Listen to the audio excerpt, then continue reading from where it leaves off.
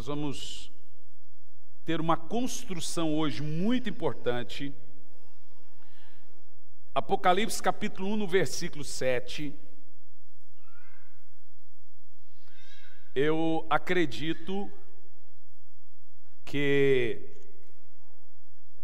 vai ser um choque que muitas pessoas vão ouvir aqui,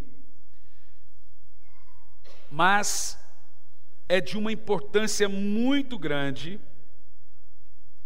porque creio que Jesus volta em nosso tempo.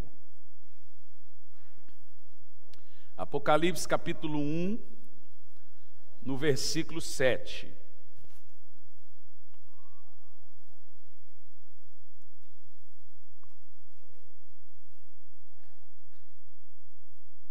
Diz assim: eis que vem com as nuvens, e todo olho verá, até mesmo os que o transpassaram, e todas as tribos da terra se lamentarão. Senhor, fale conosco, que não seja eu quem fale, mas que seja o Teu Espírito falando aos nossos corações, nos instruindo, nos ensinando, falando a cada um de nós, Pai, em nome de Jesus. Amém. A primeira coisa que eu quero falar com você está localizada em Mateus 24, dos versos de 1 a 2. São as 3 perguntas que foram feitas no Monte das Oliveiras. Veja bem, Jesus foi olhar o templo de Herodes, o de Salomão, reconstruído, e quando ele estava olhando, os discípulos foram mostrar para Jesus as glórias e a beleza do templo. Jesus olhou todo o templo. Quando ele saiu do templo, diz o texto assim, ó: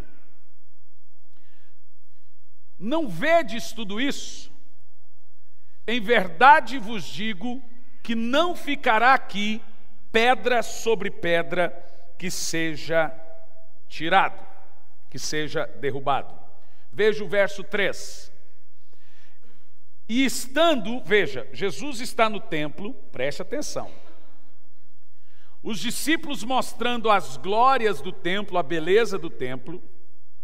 E Jesus olha para os discípulos e diz assim: vocês estão vendo tudo isso aqui?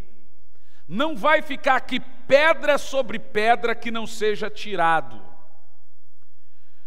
E agora Jesus está sentado no Monte das Oliveiras, diz assim: estando ele assentado no Monte das Oliveiras, chegaram-se a ele os seus discípulos em particular. Lembra que Jesus estava no templo e Jesus pronunciou uma palavra e disse: não vai ficar aqui pedra sobre pedra.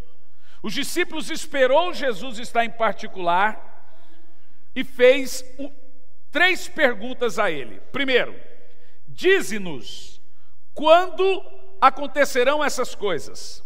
Primeira pergunta. Segunda pergunta: que sinal haverá da tua vinda? Terceira pergunta: e do fim do mundo? Você percebeu que nós temos aí 3 perguntas. Primeira pergunta: quando essas coisas acontecerão? Quais coisas? Concernente à destruição do templo que ele tinha dito, não vai ficar aqui pedra sobre pedra. Segunda pergunta: que sinal haverá da tua vinda? Terceira pergunta: que sinal haverá do final do mundo? Ou seja, nós temos 3 perguntas que foram feitas a Jesus no Monte das Oliveiras, no início do capítulo de Mateus 24. Capítulo esse que desencadeia uma série de revelações escatológicas para o final dos tempos. Mateus 24 é o apocalipse dos evangelhos. E tudo que Jesus fala, preste atenção, em Mateus 24 é concernente a essas 3 perguntas. A partir dessas 3 perguntas que Jesus começa a desencadear as profecias que ele chama de profecias do final dos tempos. Primeira pergunta: essas coisas, quando irão acontecer? Coisas relacionadas à destruição do templo. Segunda pergunta: que sinal haverá da tua vinda? Terceira pergunta: que sinal haverá do final do mundo? E agora, Jesus, em todo o capítulo, vai responder as três perguntas. Você está entendendo? Todo o capítulo 24 é Jesus respondendo essas três perguntas. Quando o templo vai ser destruído? Que sinal haverá da sua vinda? E que sinal haverá do final do mundo? Vamos responder então essas perguntas passo a passo, como Jesus fez. O templo. Jesus está mostrando o templo e ele diz: tudo vai ser destruído, não vai ficar pedra sobre pedra. Então Jesus vai responder as três perguntas. Mateus 24, dos versos de 15 a 22, ele responde a pergunta concernente a não ficar pedra sobre pedra, a destruição do templo. De 15 a 22, em Mateus 24, Irmã Maria, aonde você estava? Estávamos com muita saudade. Manda um beijo. Irmã Maria estava uns 6 meses fora, né, gente? A senhora acha que eu não observo? Ó, te vi daqui, ó. Hã? Foi mais. Eu acho que a saudade era tão grande que eu... Viu isso? Vamos lá. Versículo 15.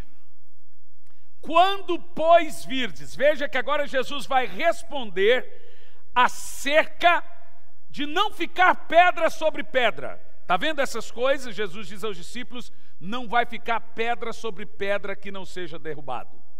Jesus agora vai falar sobre isso. A primeira pergunta: quando o templo vai ser destruído? Vamos lá.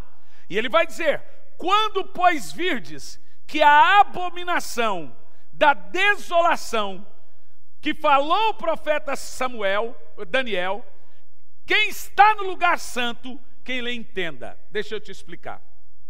O profeta Daniel profetizou que haveria uma grande abominação dentro do templo. Ele fala que um homem vil iria entrar no templo e diante do Santo dos Santos iria fazer uma abominação. Jesus agora está dizendo: quando essa abominação no santo lugar que é o templo acontecer, quem lê vai saber, respondendo à primeira pergunta.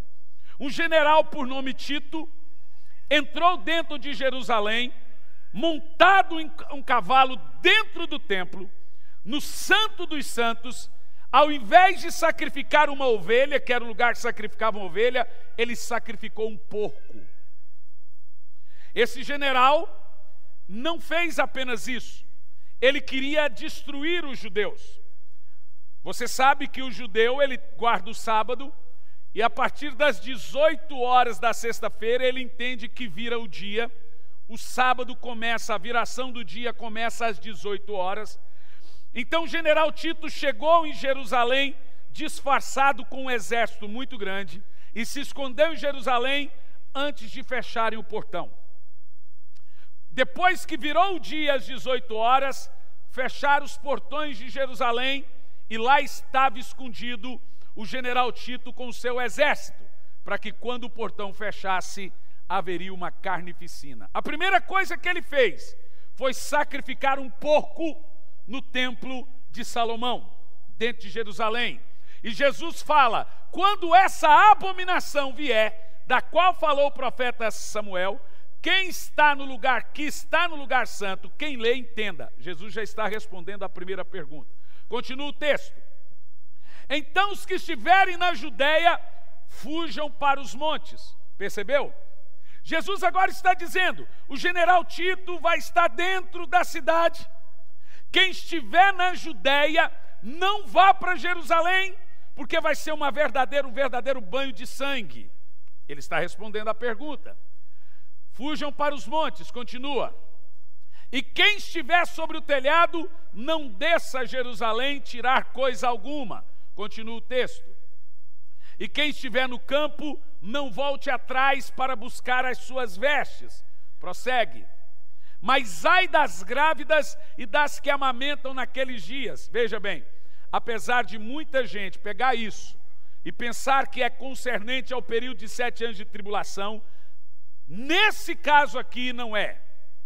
Jesus está falando que naquele dia em que o templo se tornasse uma abominação, em que o templo fosse um lugar terrível desse banho de sangue, ai das grávidas e das que amamentam. Então nós temos na história um livro chamado A História dos Hebreus, um historiador dos mais famosos chamado Flávio Jósefo. Flávio Jósefo conta que esse general Tito, junto com os seus soldados, pegava as mulheres grávidas e arrancava as crianças do ventre e jogava no fogo. Pegava as crianças que estavam de colo, amamentando, tomava da mão das mães e jogava no fogo. Sempre antes do final dos tempos ou de uma coisa terrível acontecer, Satanás sacrifica crianças. Antes do libertador do Egito vier, Satanás sacrificou crianças. Antes de Jesus vir, Satanás sacrificou crianças. As crianças, o sacrifício a Moloque, que na nossa versão é moleque. Cuidado quando você chamar os outros de moleque. É o deus Moloque. O sacrifício a crianças, a exploração às crianças, faz parte de um plano satânico de Satanás. Claro, se é satânico, é de Satanás. Mas esse plano satânico de Satanás é porque tem plano satânico que é só influência. Mas o plano satânico que é do Satanás, veja, nós estamos vivendo tempos em que estão explorando absurdamente as crianças. Desde a questão sexual, estão tentando, as nossas crianças estão sendo sacrificadas sociologicamente falando, psicologicamente falando. Todo esse investimento às crianças faz parte da orquestra que precede o retorno de Cristo. Sempre antes do libertador vir, crianças sofrem. Você entende o que eu estou falando? Então Jesus diz: ai das grávidas e das que amamentarem naqueles dias. Verso 20. Agora presta atenção. E orai para que a vossa fuga não aconteça no inverno e nem no sábado. Entenderam agora? Veja que o general Tito entrou dentro de Jerusalém na sexta-feira, os portões fecharam, e Jesus está dizendo, se for no sábado vai estar tudo fechado e vai ser uma carnificina. O apóstolo João, nessa época que acontece a carnificina, que dá em torno aí de 70 anos depois da morte de Cristo, presta atenção, na realidade 40 anos depois da morte de Cristo, no ano 70 depois de Cristo. Jesus nasceu antes dele nascer, de acordo com o calendário. No ano 70, 40 anos depois da morte de Cristo, o general Tito invadiu Jerusalém. Quando ele invade Jerusalém, isso acontece. O apóstolo João foi o último apóstolo a morrer, como já foi falado aqui. Ele morreu com quase 100 anos. Ele pastoreava a igreja de Éfeso e ele morreu de velho. Todos os outros morreram tragicamente, João morreu de velho. Nesse período que isso aconteceu, João estava pastoreando Éfeso, cuidando da mãe de Jesus, Maria. Você sabe da história, Jesus encarregou ele de cuidar de Maria. João mandou cartas e pergaminhos para as igrejas para não irem a Jerusalém, porque ele interpretou a profecia. Presta atenção nisso. Mas muitos, não entendendo, desceram a Jerusalém, o general Tito fechou o portão, e o que aconteceu? Grávidas, carnificina. A história conta que os carros os cavalos romanos escorregavam com o sangue dos judeus. A história conta que foi um banho de sangue absurdo em Jerusalém nesse dia. Continua. Porque haverá tão grande aflição como nunca houve desde o princípio até agora, e tão pouco haverá. Veja você que até o versículo 22, Jesus responde a primeira pergunta, verso 22. E se aqueles dias não fosse abreviado, nenhuma carne se salvaria, mas por causa dos escolhidos serão abreviados aqueles dias. Preste atenção. Essas primeiras respostas de Jesus são concernentes ao templo. Para você entender por que creio que Jesus volta nesse tempo, você tem que entender o que eu estou falando agora. Cada pergunta são respondidas de propósito, de acordo com os seus sinais. Então agora, Jerusalém é destruída. O templo é destruído e até hoje permanece desde a sua destruição. O general Tito queria o ouro, mas você sabe que por cultura e tradição, o judeu coloca todo o ouro no templo. Então eles destruíram o templo atrás do ouro dos judeus, ou hebreus, e só ficou aquele muro hoje chamado Muro da Lamentação. O resto eles destruíram tudo. Jesus disse que não ficaria pedra sobre pedra. O general Tito mandava arrancar as pedras, era onde ficava o ouro, entre as pedras. E ele arrancou pedra sobre pedra, ficando só aquele muro que tem hoje. Ali foi a devastação e destruição do templo. Os hebreus foram exilados, os hebreus esparramaram os judeus pelas nações. Aqui se cumpre a resposta à primeira pergunta. Quando acontecerão essas coisas concernente ao templo? Agora, a resposta à segunda pergunta. Quais são os sinais da sua vinda? A primeira pergunta foi respondida relacionada ao templo. Agora vamos responder a segunda. Quais são os sinais da sua vinda? Lembra que eles perguntaram? Quais são os sinais da sua vinda? Jesus agora vai responder. No capítulo 24, dos versos de 4 a 14, Jesus responde os sinais da sua vinda. Vamos ler? De 4 a 14, presta atenção. Jesus respondendo disse-lhes: acautelai-vos que ninguém vos engane. Presta atenção. O que nós vamos ler agora é concernente ao nosso tempo, ao tempo que nós estamos vivendo, e agora são sinais que comprovam que nós estamos vivendo isso que Jesus vai dizer. Como que eu sei que Jesus volta em nosso tempo? Alguém diz, o senhor não pode dizer, ninguém sabe dia e hora. É verdade. E qualquer pessoa que tentar diagnosticar qual é o dia e a hora que Jesus vem, está mentindo. Mas o próprio Jesus diz, fariseus hipócritas, sabeis discernir tempos e estações e não sabeis discernir qual é o tempo do retorno do Filho do Homem. Ele diz que uma mulher grávida prestes a dar à luz é um grande sinal. E a mulher grávida com dores de parto serve de sinal para discernirmos as profecias do retorno de Cristo. Ou seja, toda mãe sabe quando vai dar à luz. Ela não sabe o dia e a hora. Jesus disse, concernente ao dia e a hora, ninguém sabe. Mas os tempos e estações nós temos que saber, porque senão seremos pegos desprevenidos. Jesus disse, cuide para que ninguém seja pego de surpresa. Para você não ser pego de surpresa, você tem que saber quais são os sinais de Jesus voltar. Tanto que os discípulos não perguntaram, qual é o dia que você vai voltar? Eles perguntaram, quais são os sinais?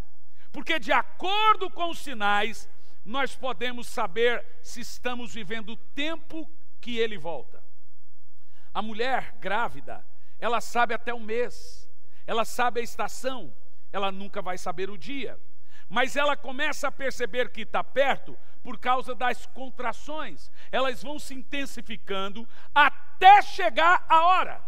Essas contrações da mulher grávida é chamada de sinais. Jesus fala quando iniciar as dores de parto. Essas dores de parto, elas começam a longo prazo e vão diminuindo um prazo de uma para outra até a criança nascer. E essas dores de parto que são os sinais. Aí o que são dores de parto? Terremotos, perseguições, maremotos, tsunamis, pestes, guerras, tudo isso na Bíblia é chamado de dores de parto. Quando isso ficar muito próximo um do outro, Jesus vai dizendo, é nesse período que o Filho do Homem volta. Quem está entendendo o que eu estou falando? Vamos ler aqui alguns sinais sobre o retorno de Cristo. Ele diz assim, Jesus respondendo disse-lhes, acautelai-vos que ninguém vos engane. Prossegue. Porque muitos virão em meu nome dizendo, eu sou o Cristo, enganarão a muitos.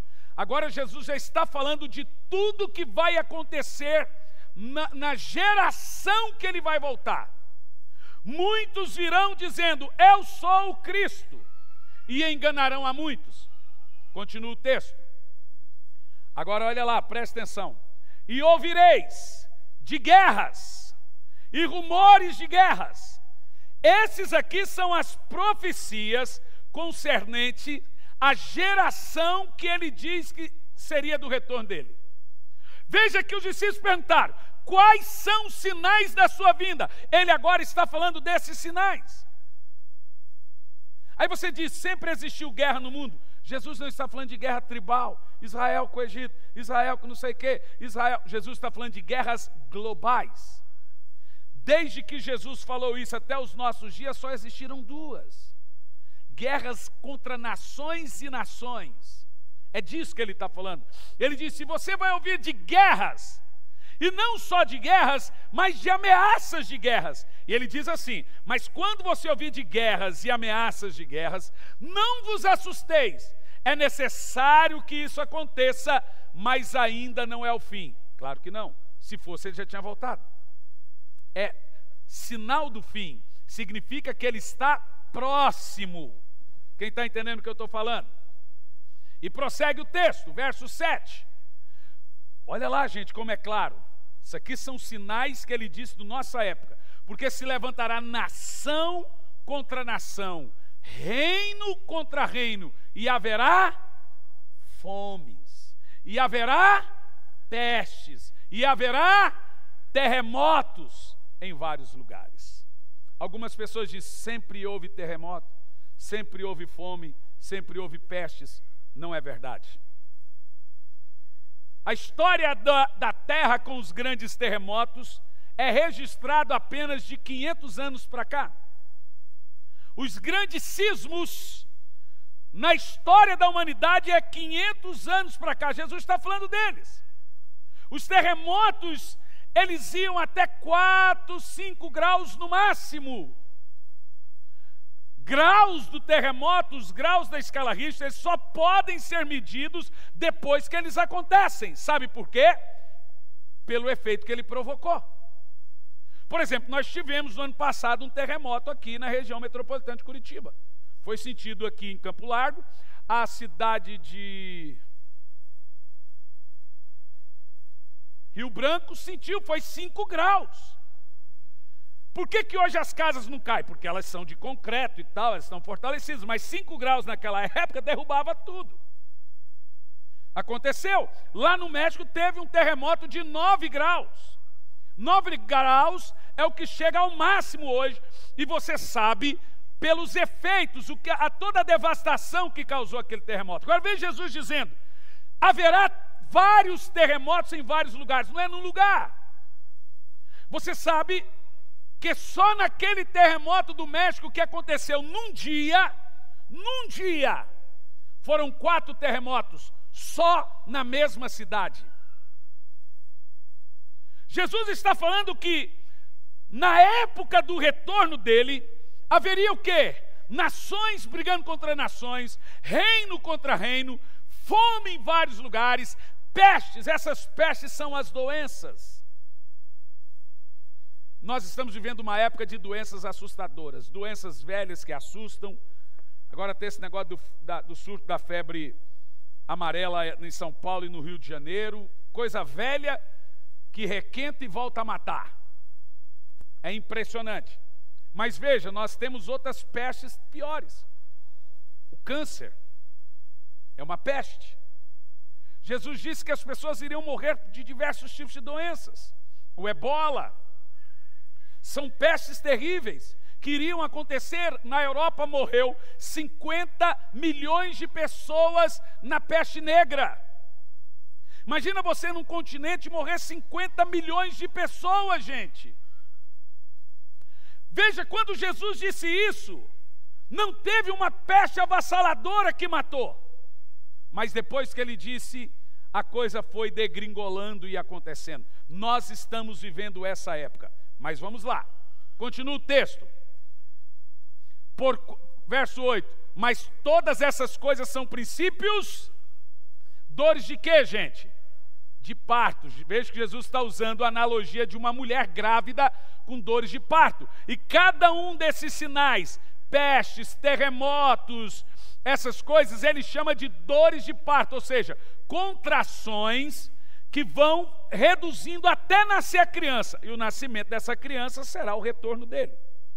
Ele diz que quando tivesse nações contra nações, peste e terremotos, a mulher já estava sofrendo as contrações para dar à luz, ou seja, dores de parto. Diríamos então que nós estamos nas dores de parto. Está faltando só o quê?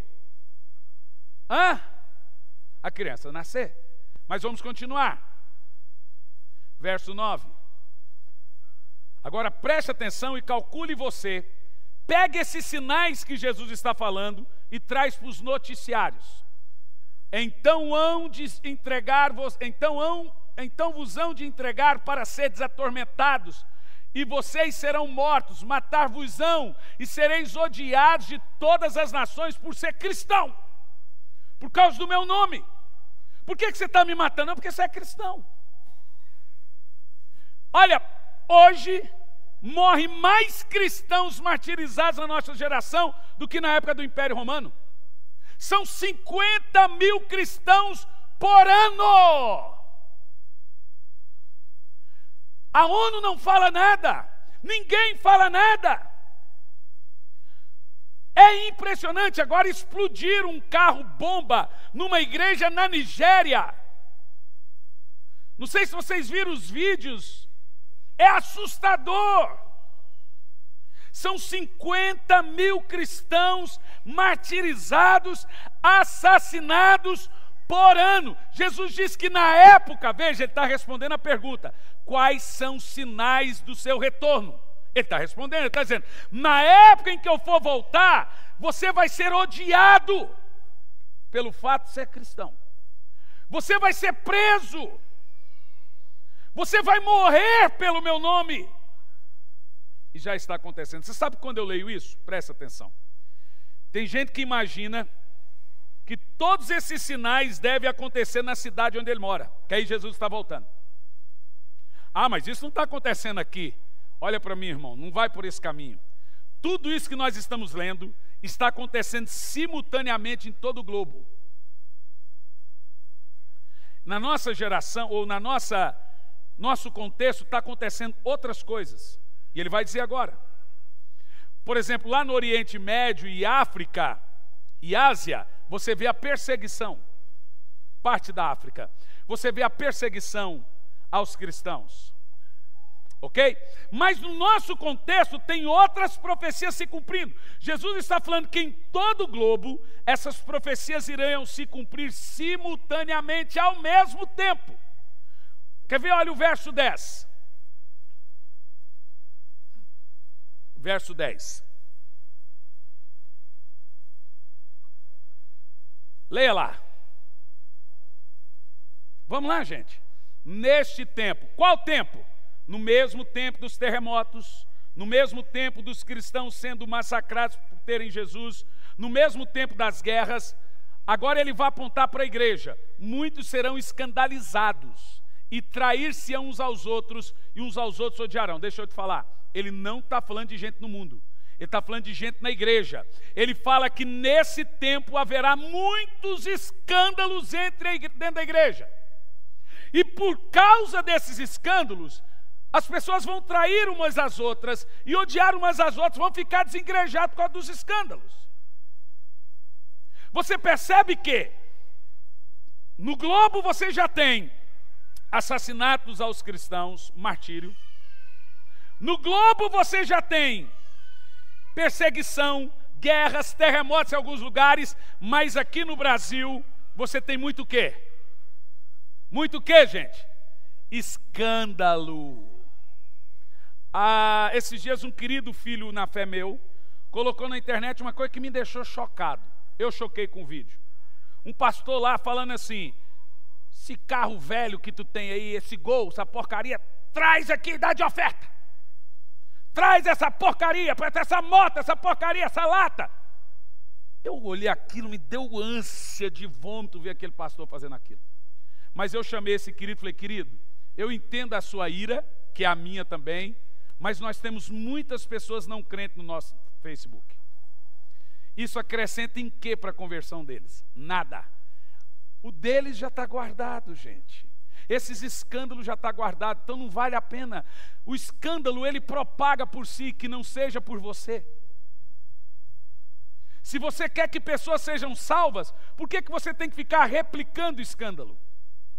Nós temos que replicar Cristo. Mas o escândalo, ele está assim, a coisa de louco.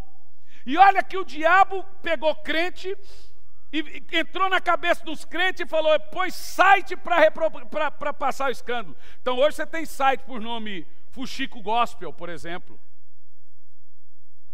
E esse site funciona o seguinte: ele vai atrás de todo o podre que tem na igreja e joga na internet.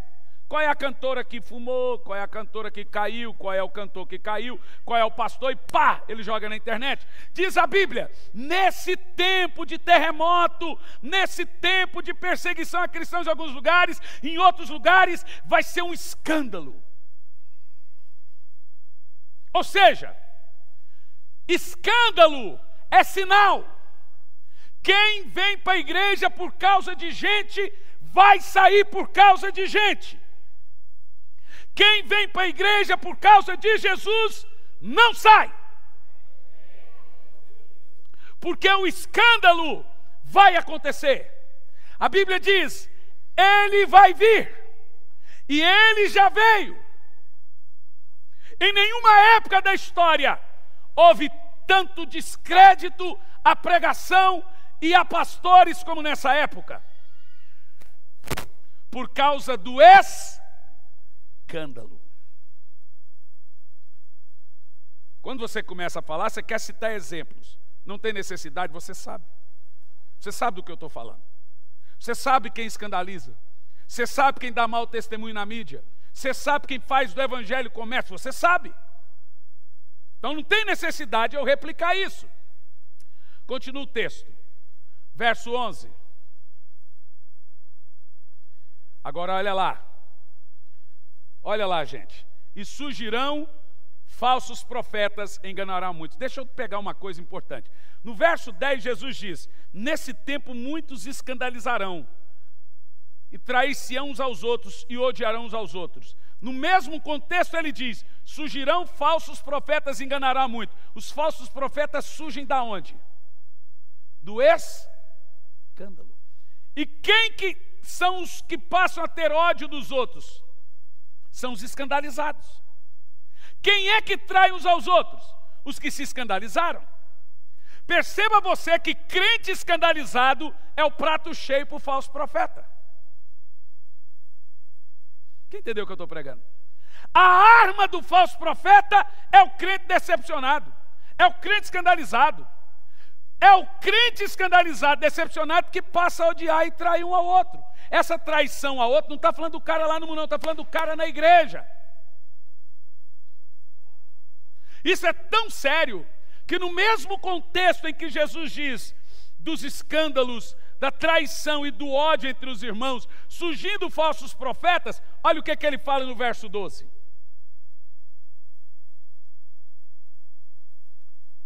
Vai lá. E por se multiplicar a iniquidade, o amor de muitos esfriará. Deixa eu te falar, ele não está falando do amor do povo lá fora. Lá fora já não tem. Ele está falando do amor esfriar entre os irmãos. O escândalo é entre nós. O ódio e a traição é entre nós. os falsos profetas entre nós e a iniquidade aumentando na igreja, e o amor esfriando, também é entre o povo de Deus. O mundo não tem esse amor. O mundo não pode esfriar o que ele não tem. Só esfria algo aquilo que temos. Gente, isso aqui me assusta tanto, que Jesus, nesses 3 versículos, ele dá um diagnóstico da igreja da época da sua vinda. A igreja da época, do período da sua vinda, vai viver esses 3 últimos versículos, 10, 11 e 12. Está falando da igreja. Vamos ler de novo? É o retrato da igreja dos últimos dias. 10, 11 e 12. Vamos ler em voz alta, vai lá.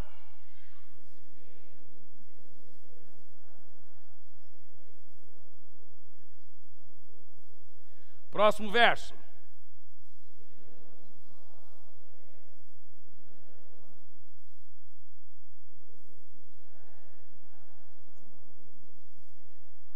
Essa é a realidade da igreja.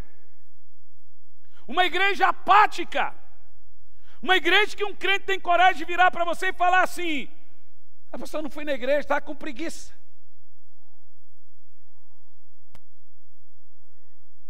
Irmão, se você entender a importância do culto, é claro que tem gente que tem obrigações, obviamente. A gente não está questionando pessoas. Tem gente que não falta culto e uma hora ou outra vai faltar. Mas tem gente que o culto para ele é secundário. Ele não sabe que o culto é para Deus, que o culto é de Deus, que culto é adoração, que Deus não abre mão do seu louvor, da sua adoração. Ele trata Deus com desprezo. É o amor esfriando, o amor por Deus esfriando, o amor uns pelos outros esfriando, o amor pelo ganho de almas esfriando.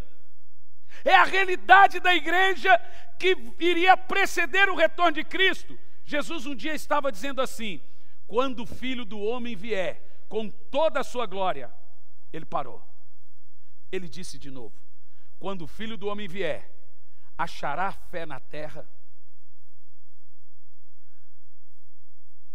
Irmão, faz parte das profecias. No período do retorno de Cristo, a fé iria sumir. As pessoas iriam ficar secularistas. Secularismo é cuidar dos seus afazeres naturais e se esquecer das coisas de Deus. As pessoas iriam esfriar. E tem gente que esfria e quer colocar na conta da igreja como se o pastor fosse o responsável para avivar crente. Eu agora tenho responsabilidade de manter você animado, rapaz. Mas, irmão, quem te anima, quem te enche é o Espírito Santo. É você que tem que ter sede e fome dele. Eu sou ser humano igual a você, eu também, se eu não orar, eu desanimo. Verso 13. Vai lá. Mas aquele que perseverar até o fim será salvo. Você percebeu? Olha para mim, que dos versos de 10 a 13 está falando da igreja. Tanto que é para a igreja que está falando, o que perseverar é salvo. É para nós.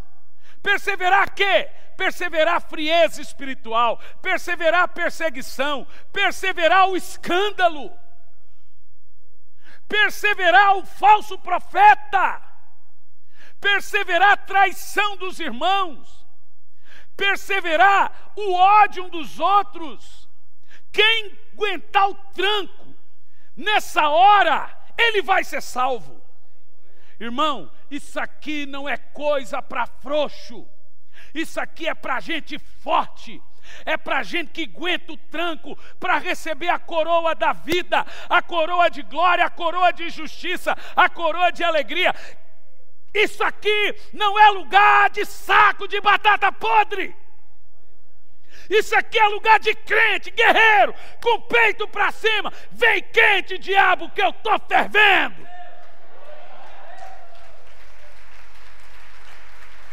É uma crentalhada frouxa, rapaz. É um mimimi, rapaz. Que exército é esse, rapaz?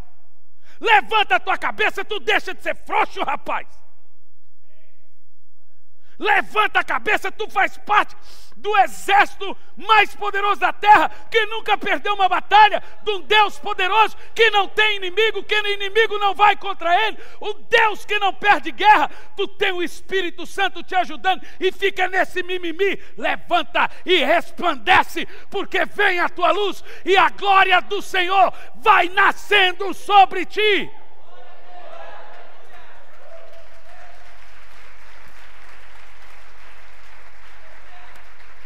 Eu quero saber aqui agora, aonde está o exército de Jesus?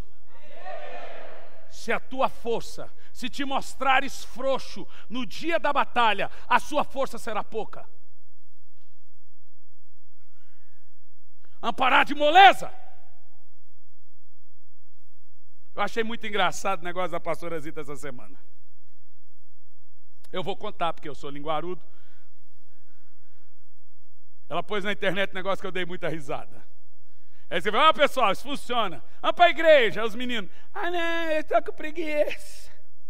Ela falou, tá bom, estou indo para a igreja, catou o modem da internet e pôs dentro da bolsa. Resultado, veio todo mundo para a igreja. Pastor, mas a gente não pode obrigar. Pode sim, pode obrigar. Se eles são de menor, se mora dentro da sua casa, eles têm que vir, nem que venha com bico.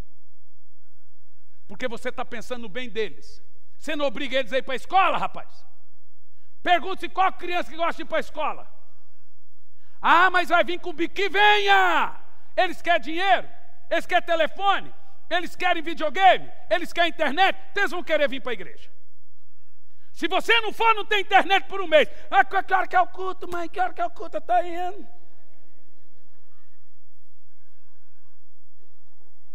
Meu querido, esse é um tempo muito esquisito, que nós temos que ficar andando em ovos.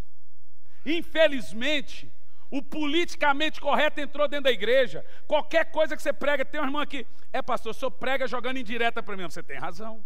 Eu estava em casa, pensei em você, preparei o sermão, isso aqui vai ser tudo para ela. Ah, me poupe, irmão, vai ver se eu estou na esquina, rapaz. Eu tenho mais o que fazer, meu irmão. Eu passo a minha vida pensando em você, no que pregar para você, rapaz. Se Deus falou com você, vista o chapéu e receba, querido. Pastor, o senhor pregou para mim? Foi claro, eu sabia, pastor, para você. Mas falou tanto assim com você, então era só para você mesmo.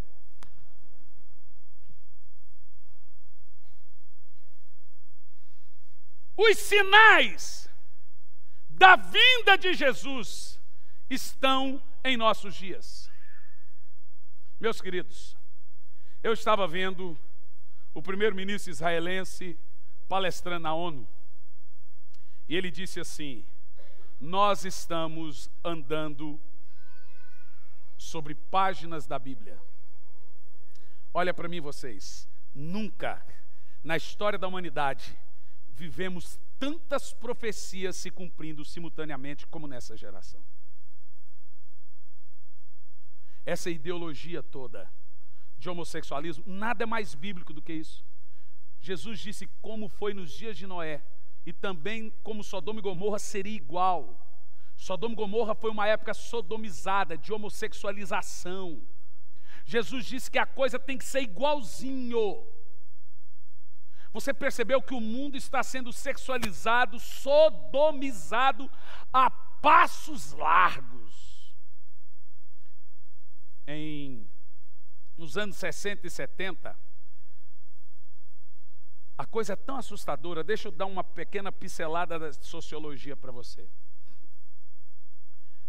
Que Satanás, não pense você que Satanás é burro. Ele é atilado. Satanás, a antiga serpente, o mais astuto de todos, extremamente atilado. Por isso que quando você vai lidar com ele, você lida em nome de Jesus. Sozinho você morre. Não há poder em você para vencer o diabo. Há poder em Jesus para vencer o diabo. No nome dele, no sangue dele, não em nós. Mas nós temos esse poder pelo nome, pelo sangue. A coisa é tão assustadora porque qual a estratégia do diabo nesses últimos dias? Entre anos 60 e 70, homossexualidade era distúrbio. a homossexualidade deixou de ser distúrbio e passou a ser comportamento. Ou seja, criou-se a ideologia de que deveria parar de dizer que o homossexualismo não era doença. Isso nos anos 80. Era apenas um comportamento da pessoa. Uma escolha, a pessoa fazia escolha e se tornava homossexual. A coisa foi indo, agora se você falar que é comportamento, você compra briga. Ninguém escolhe agora, ela nasce. Você entendeu? Qual é a arma do diabo? Primeiro, ele joga a coisa para chocar, para começar a discussão, para deixar de ser tabu.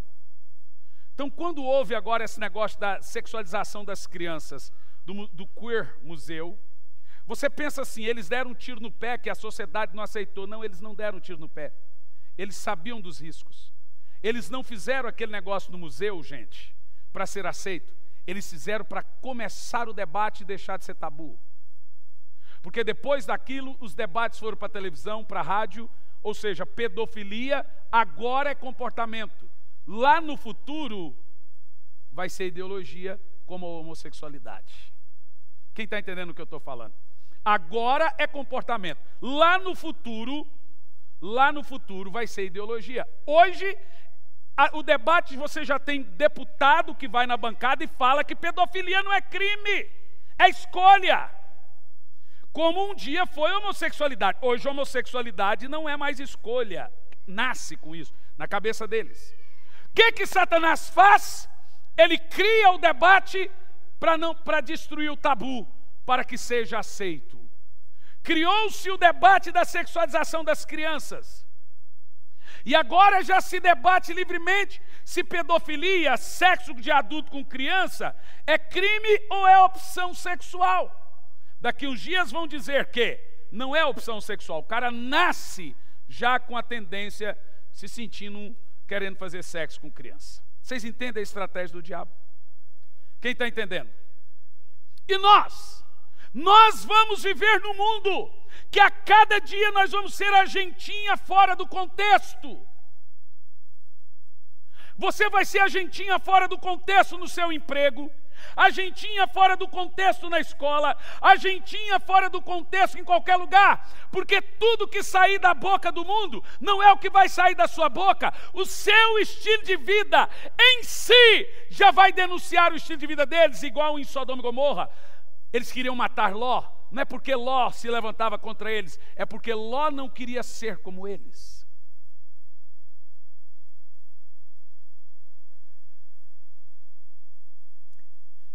Eu entrei dentro do avião em Paris, e na minha camiseta estava escrito assim: volta logo, Jesus. Eu tinha essa camiseta. A hora que eu fui entrar dentro do avião, me mandaram parar e disseram: troca a camiseta. Eu disse: por quê? Porque essa camiseta pode gerar atrito e conflito religioso dentro do avião durante o voo. No mesmo voo que eu tirei a camiseta, o muçulmano tirou o tapetinho, pôs no chão do avião, dobrou o joelho e orou rumo a Meca. Ou seja, não existe briga contra muçulmano, não existe briga contra hindu, não existe briga contra nenhuma religião. A birra é: não aceitamos cristãos. Sabe por quê? Porque essa raça muda o mundo. Essa raça tem um sangue poderoso. Essa raça tem o Espírito Santo. Aonde o crente passa, a sua presença transforma. Mas deixe-me dizer para o mundo: nós amamos e queremos ganhar alma, mas vai chegar o dia que essa turma barulhenta, essa turma pacífica, vai sair da terra. E esse dia está chegando em que os filhos de Deus não serão mais achados aqui. Iremos morar e reinar com Cristo para sempre. Aleluia! Onde está aquele povo barulhento? Onde está que não se vê nenhum irmão? Alguém com voz de lamento vai dizer, neste momento, aquele povo foi embora para Sião. Vai para vocês. Onde está a juventude dessa igreja? E os obreiros daqui aonde estão? E as mensagens que pregavam, muitos crentes se alegravam, eles também foram embora para Sião. Onde está o dirigente dessa igreja? E as irmãs do círculo de oração, que a Deus sempre oravam, e as crianças que cantavam, eles também foram embora para Sião. O seu coral. Onde está aquele povo barulhento?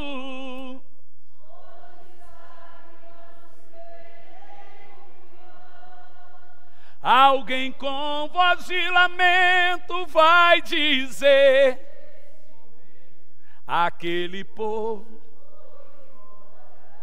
Meu povo, está chegando a hora, está chegando o momento, o nosso dia vem, o nosso dia vem, o nosso dia vem, aleluia, aleluia. Um minuto aplaudindo e glorificando o nome do Senhor, um minuto glorificando, aplaude e glorifique, aplaude e glorifique, bendito seja o nome do Senhor, bendito seja o nome do Senhor.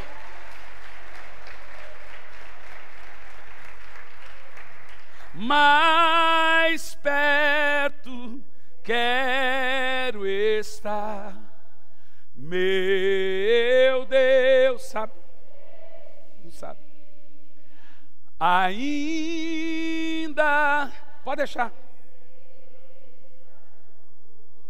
que me una a ti, um lindo coral. Sempre hei de suplicar,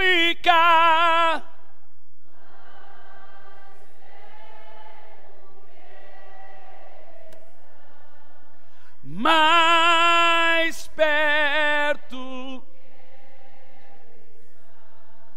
meu Deus, olha isso.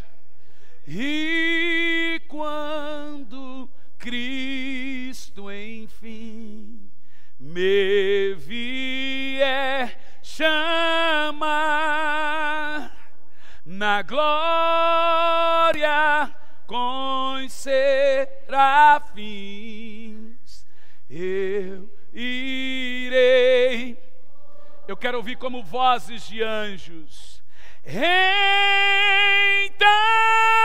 me alegrarei perto de ti, meu rei, perto,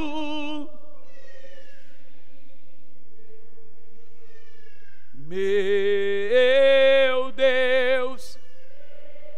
Só a igreja, como um lindo coral.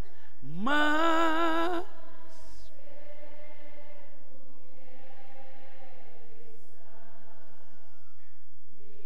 eu sinto uma tremenda glória de Deus aqui agora. Eu sinto o Espírito Santo caminhando em nosso meio. Ainda que seja dor que me une.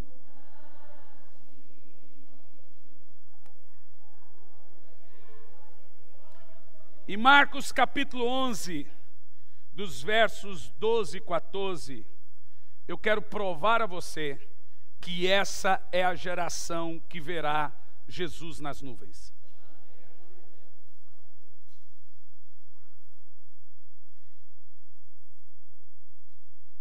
Eu sinto Jesus caminhando.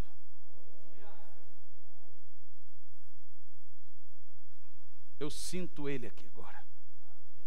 E eu fecho os olhos e vejo Ele andando. Antigamente, Quando eu era criança, na Assembleia de Deus, essa é velha, cantava assim, ó. Pela fé eu contemplo um homem de branco passeando na igreja. Vou só pro coro. O homem de branco está passeando no meio da igreja. Eu estou sentindo, ele está operando no meio da igreja. É feia, mas a mensagem é poderosa.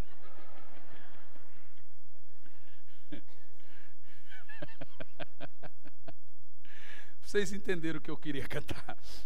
Mas ele está aqui agora. E eu fecho os meus olhos, eu vejo ele caminhando.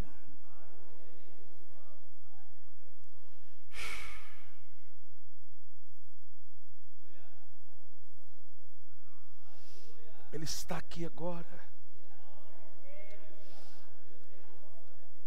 Eu vejo ele aqui agora.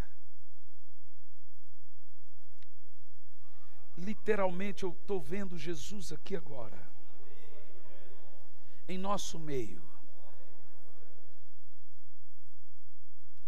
Ele está voltando. Vamos ler o texto. Preste atenção. Por favor,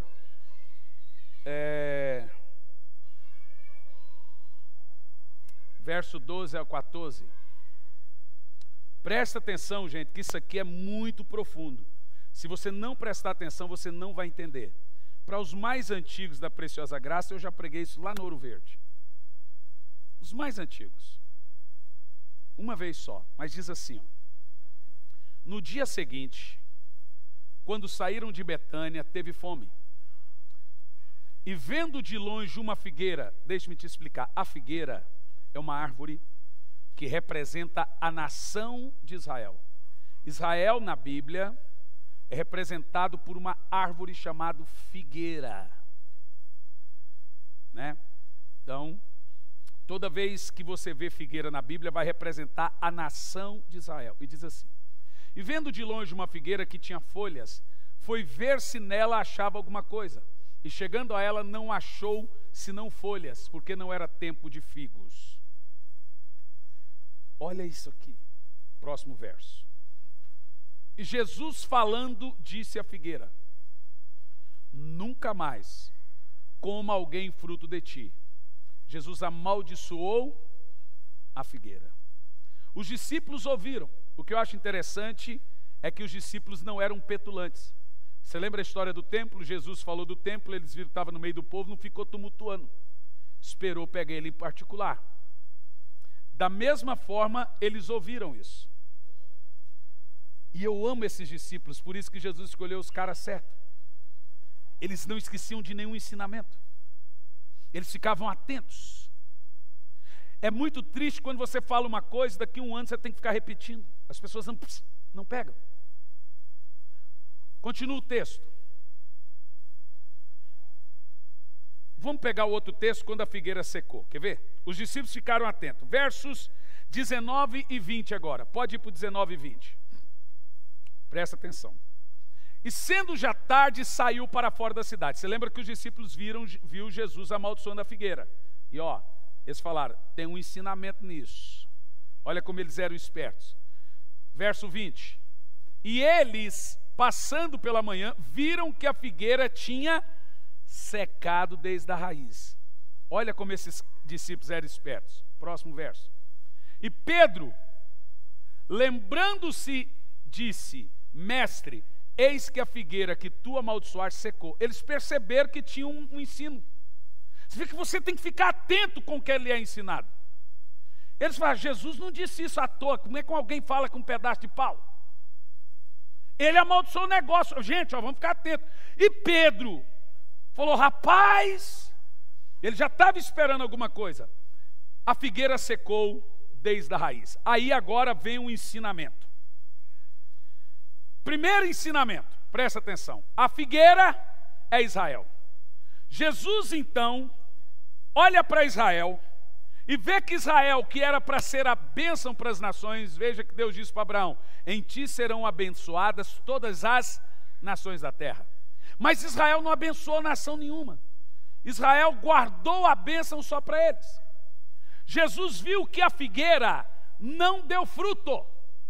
Quando ele viu que a figueira não deu fruto, ele disse: vai secar. E a figueira secou. Quando é que a figueira secou a nação de Israel? Já falamos, 40 anos depois de Cristo, no ano 70, cumpriu-se a profecia de Jesus, a figueira secou. Falamos no início da mensagem, você se lembra? O general destruiu Jerusalém, a figueira secou. Quem está entendendo aí? Agora, Jesus dá uma outra profecia, que aquela figueira que secou, deixou de ser nação, brotaria de novo e voltaria a ser importante. Jerusalém já foi proclamada capital. Uma grande profecia. Mas vamos lá. Poderoso. Vamos ler isso? Mateus 24, 32 e 33. Mateus 24, 32 e 33, Jesus vai dizer que a figueira deveria brotar.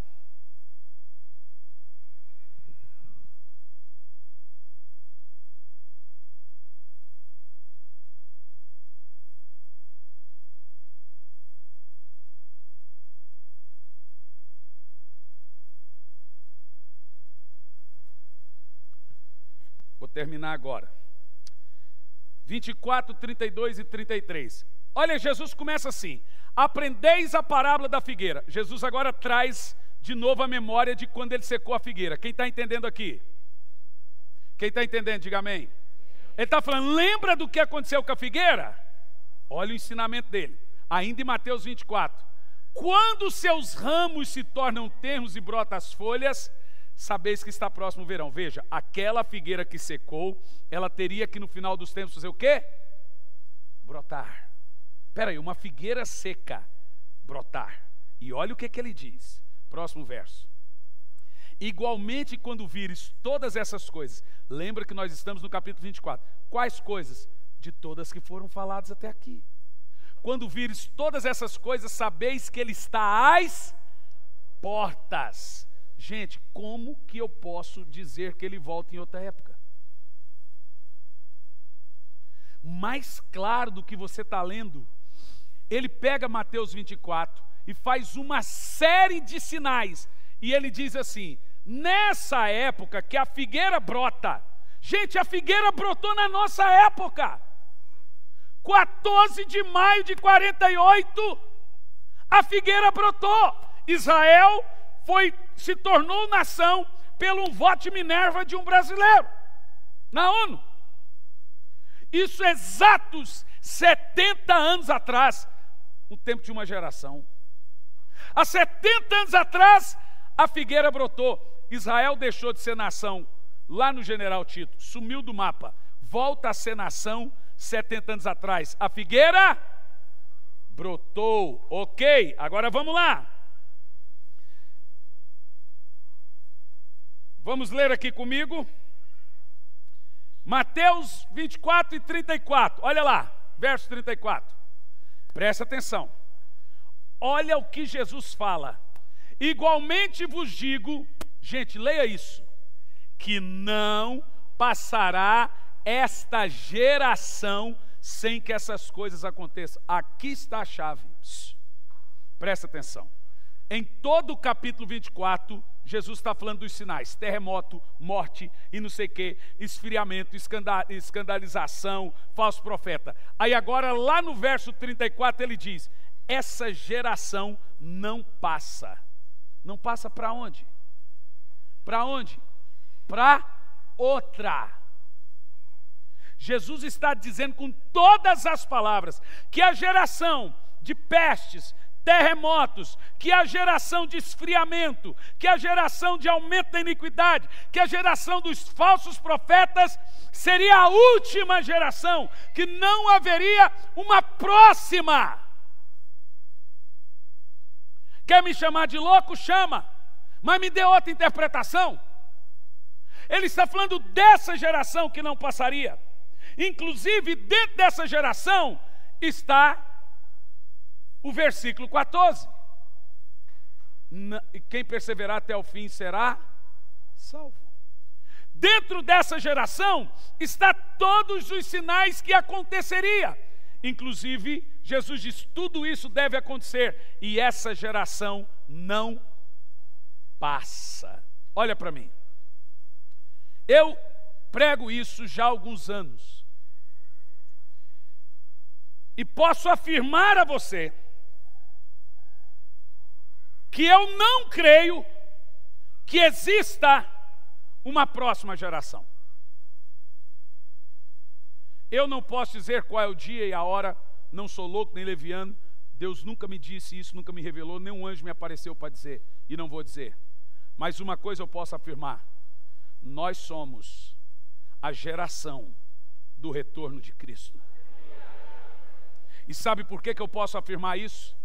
Vamos lá, 7 alianças de Deus na história da humanidade. Com 7 alianças, só falta uma, a eterna, que é depois do retorno dele. 7 dispensações para a igreja. Cada igreja da Ásia representa uma dispensação. Das 7 igrejas, nós estamos na última. Laodiceia não tem a 8ª. Nós somos a geração de Laodiceia, não tem outra geração. Nós somos a última geração, a última dispensação, na penúltima aliança. Irmãos, faz parte da nossa época, da nossa característica, as pessoas se esfriarem com Deus. Cuidado! Você que se sente frio, preguiçoso com as coisas espirituais, você tem que lutar contra isso. Você tem que perseverar, lutar. Quando você perceber que está demasiadamente, você tem que lutar, porque faz parte dessa última geração. Eu posso lhe afirmar, olha para mim, e tenha temor no que eu estou dizendo. Porque toda vez que aparecer um profeta na Bíblia dizendo, vai chover, ou a ira está vindo, Jeremias bradava e dizia, eles estão vindo para devastar Jerusalém. O rei ria da cara de Jeremias, jogou ele na cisterna. Eu estou bradando, e eu vou bradar ainda mais. Ontem eu estava com a nossa equipe de mídia, e nós vamos investir pesado em fazer vídeos na internet para mostrar e provar que Jesus volta nessa época. Tem gente promovendo um monte de vídeo na internet, falando um monte de coisa. Ninguém está falando do retorno de Cristo. Eu vou me dedicar a isso. E eu orei ao Senhor, eu estava dentro do avião e disse, Senhor, o que tu tens para mim, para essa geração? Deus disse, não muito. Só uma coisa. Gaste-se gritando, vai chover. Jesus está vindo, Ele vai rasgar o céu e vai descer. Quem tem ouvido, ouça o que o Espírito diz às igrejas, vai chover.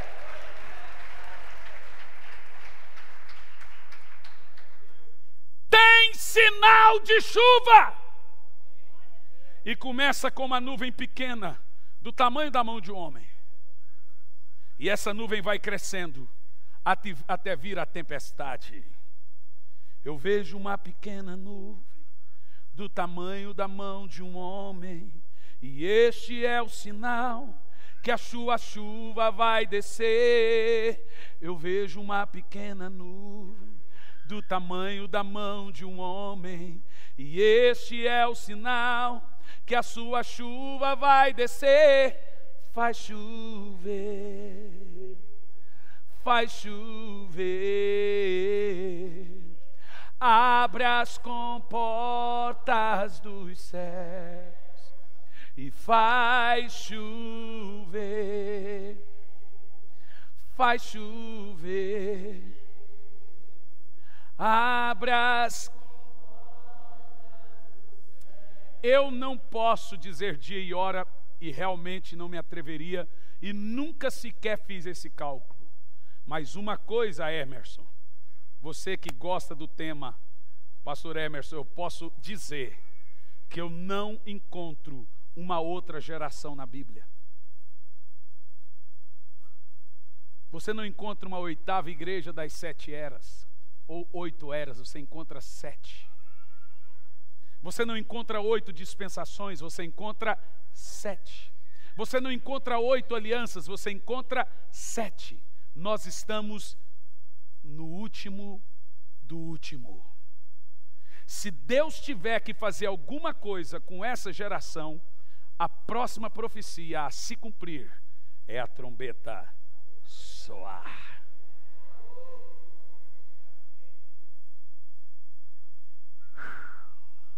Eu não sei você, mas parece que o meu coração vai saltar pela boca. Quem sente uma tremenda unção em você aqui? E aqui tem uma última profecia. Zacarias 8:13, e tem mais um. 8:13, Zacarias 8:13. 8:3. Ah, riégua, menino, pastor bravo. Não me bater, é? Presta atenção. Assim diz o Senhor: voltarei para Sião e habitarei no meio de... E Jerusalém chamar-se-á cidade da verdade, o monte do Senhor dos Exércitos, o Monte Santo. Aqui a profecia que Jerusalém voltaria a ser a capital. Mas tem uma. O outro próximo verso, 12, versículo 3.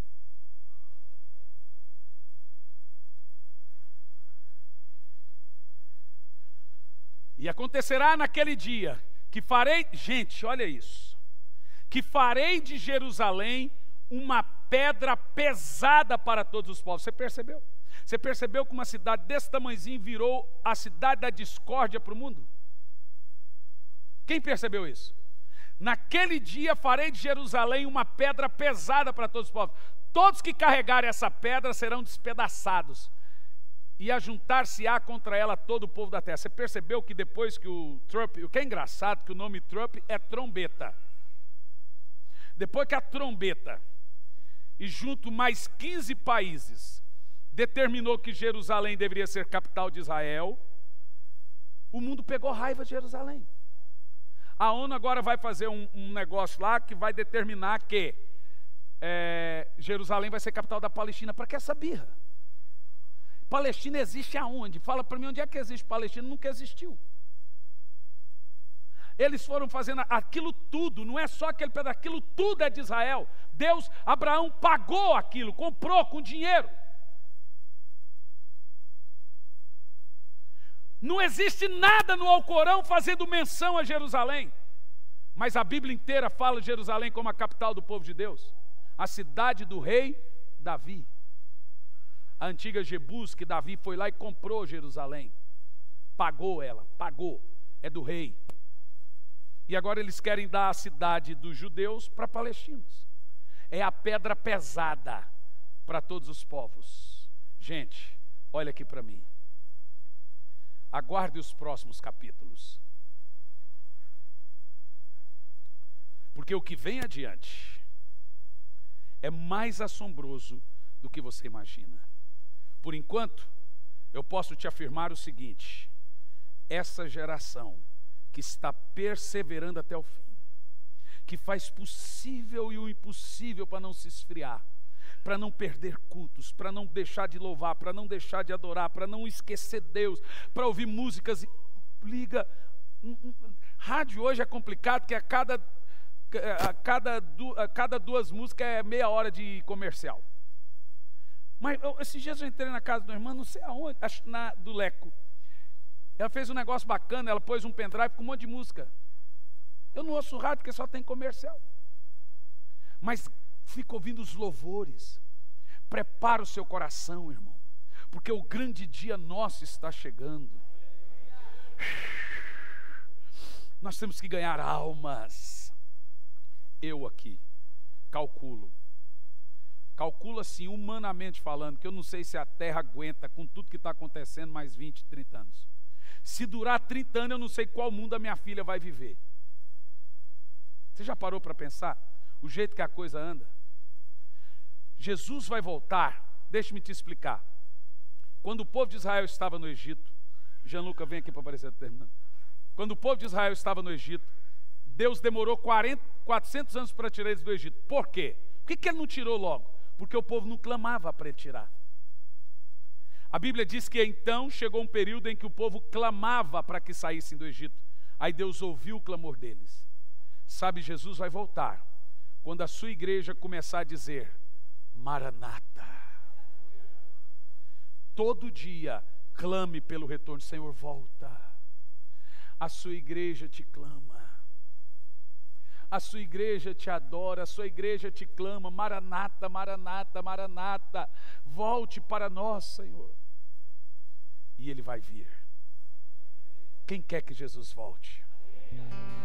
Irmãos, eu não quero que Jesus volte porque o mundo é ruim. Eu quero que Jesus volte porque eu quero vê-lo. Eu sinto tanto amor por Cristo, que eu imagino como eu vou olhar para Ele. A Bíblia diz que benditos somos nós, que nunca vimos, mas cremos. Nós teremos uma recompensa a isso. Eu amo Jesus e eu vou vê-lo face a face. Você consegue imaginar como vai ser quando você o vê-lo? Isso pode ser essa noite. Você tem que estar preparado a todo momento. Pode ser a qualquer hora. Ele pode voltar essa noite. Imagina você está lá, não fui neguei, estou com preguiça. Que papelão. Prepare-se, porque o nosso Senhor está vindo. As próximas mensagens, dando sequência ao retorno de Cristo, eu vou falar de Armagedon, Gog e Magog, as profecias do céu. Você vai ficar assombrado e ao mesmo tempo feliz que realmente nós estamos vivendo o tempo do retorno de Cristo. Fique em pé no seu lugar.